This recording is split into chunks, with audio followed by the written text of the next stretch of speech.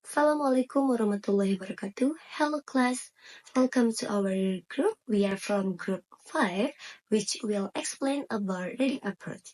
I'm Nursita Juliana and are my friends Anggris Saptari and Ainun Alia Rahani. So, this presentation will discuss about the dominant reading approach in North America in the early of the 20th century. So we will explore the influence of the Solomon Report and how this approach shaped foreign language teaching practice. So in our material we have 6 points. I will explain the first point. This part is only the grammar useful for reading comprehension is taught. Mastery of grammar is very important for improving reading and writing skill. By understanding the sentence structure and relationship between sentence, it can more easily to identify the main idea and supporting the details in a text. So, this making interpretation of meaning more accurate, and in addition conclusion, this ability has a positive impact on speaking and writing skill, and also allowing students to express their idea more clearly and effectively. So the second we talk about vocabulary is not only about the mastery of grammar, but we talk about mastery of vocabulary too. Why? Because vocabulary is one of the important steps for learning English. The first, student has to know the daily vocabulary, because vocabulary is essential for understanding basic text and communication context. The student have studied about vocabulary expansion. When students have mastered the basic vocabulary, new vocabulary is introduced gradually. This approach ensures that students have a strong foundation before encountering more complex vocabulary. And by all of these strategies, the student can learn effectively and confidently. I think that's all from me.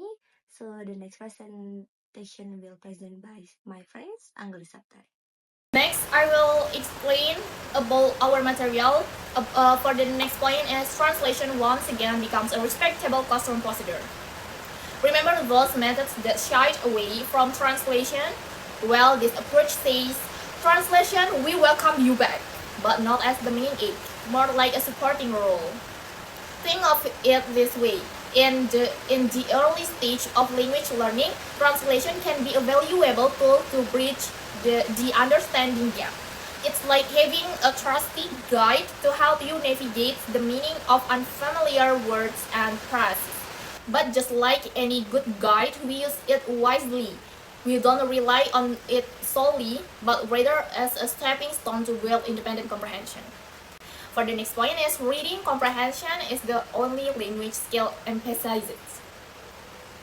This approach is all about cultivating reading skills. We want students to be able to confidently read and understand text in the target language. While speaking and writing skills are not completely ignored, they take a backseat to reading comprehension.